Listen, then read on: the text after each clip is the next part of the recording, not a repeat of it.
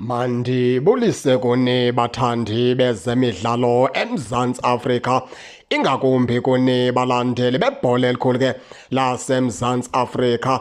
Baphulaphula lapha siza nentetho ephuma pha kwiplayer ke yeZamalek ithetha malunga nalo mdlalo ke weZamalek neKaizer Chiefs namhlanje pha eEgypt eCairo. Umdlalo lo ke weCAF ke umagqibela kankqoyi pha kuGroup D.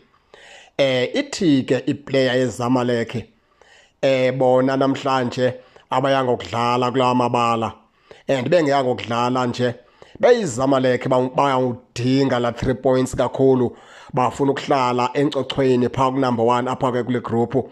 Bathi ke iKaizer Chiefs fleke ke iyazi dokubana iZamalek pha ayanga ukudlala iyofuna uwin, and watsho ke thetha ngento ethi ke nabalandeli beZamalek baqiniseke into yokubana kulaa ndawo bakuyo balinde into yokubana iqela labo lihlale ku number 1.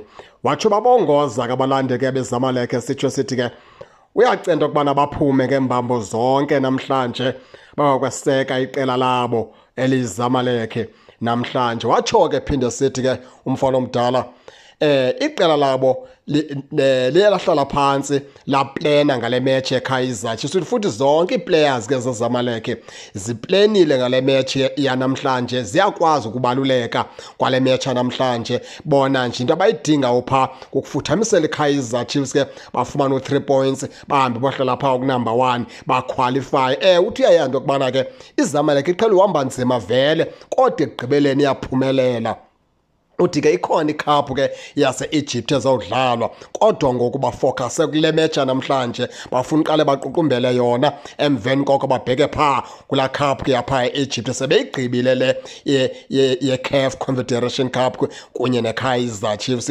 Uthi ke ngelipheleleyo ke lo mdlali iZamalek i-ready dokubana ke iyothatha u3 points pha kwiqela leKaizer Chiefs namhlanje. Uthi ke ngaphandle nje kwamathandabuzo bona beyiZamalek bazayikhombisa iKaizer Chiefs ukubana ke badume ngantoni. Utsho ke lo mdlali ke weqela ke leZamalek.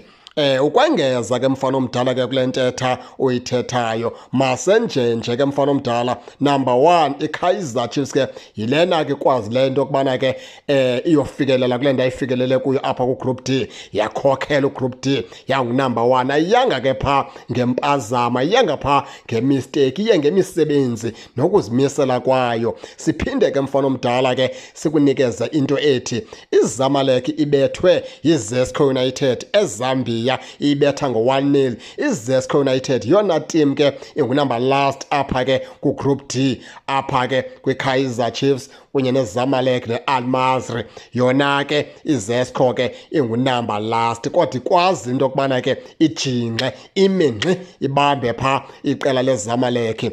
Yilindele ke into yokubana ke neKaizer Chiefs ke ingayenza imihlola ibambe iZamalek futhi ke i-end up ibetha, ngoba ke neKaizer Chiefs inazo chances zokubana ke ingayiphumelela le match namhlanje. Amasi ke abekwe elangeni makulindwe lo 6 o'clock pha eCairo mfana omdala, kubonakala into yokubana ke ngawaphi amakhwenkwe amadala, izoba ngobani ompondo sihlanjiwe. Baphulaphula ke akusoyam ndodwa, nani yeyenu, kodwa ke nize ningakhohlwa usubscribe kule channel kuze ningaphoswa zezemidlalo endizanothulela zona kwixa elizayo kakuhle babukeli.